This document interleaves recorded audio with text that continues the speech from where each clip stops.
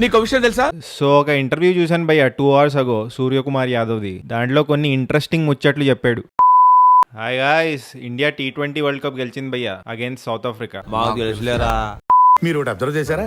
2007లో T20 world cup గెలిచింది India south ఆఫ్రికాలో. ఇప్పుడు సౌత్ ఆఫ్రికా అగైన్స్ట్గా T20 వరల్డ్ కప్ గెలిచింది. సరే, ఇదంతా పక్కన పెడితే నిన్న మ్యాచ్లో గేమ్ చేంజింగ్ మూమెంట్ ఏంటంటే సూర్యకుమార్ యాదవ్ క్యాచ్ పట్టిన మూమెంట్. ఏం క్యాచ్ పట్టాడు భయ్య, ట్రూలీ గేమ్ చేంజర్. పిచ్చోలు అయిపోయారు మా టీం అంతా. సో ఒక ఇంటర్వ్యూ చూశాను భయ్య 2 hours ago సూర్యకుమార్ యాదవ్ది.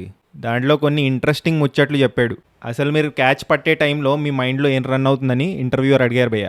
ఇప్పుడు చెప్పడానికి చాలా ఈజీగా ఉంటుంది, కానీ ఆ మూమెంట్లో బాల్ కాదు, ట్రోఫీ బౌండరీ క్రాస్ అవుతున్న ఫీలింగ్ వచ్చింది నాకు. నేను బెస్ట్ ఎఫర్ట్ పెట్టాను ఏం ఆలోచించకుండా. మేము చాలా ప్రాక్టీస్ చేసాం ఇలాంటి క్యాచెస్ మ్యాచ్కి ముందు.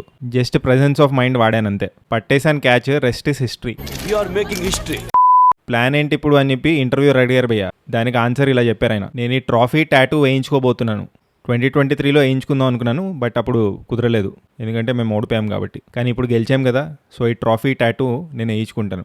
ఇంటర్వ్యూర్ అడిగారు భయ్య ప్లేస్ ఎక్కడ ఉంది వేయించుకోవడం కానీ. సో ఆయన చాలా కామెడీగా ఇలా చెప్పారు, నా హార్ట్కి దగ్గరలో కొంచెం ప్లేస్ ఉంది అక్కడ వేయించుకుంటాను అని చెప్పారు.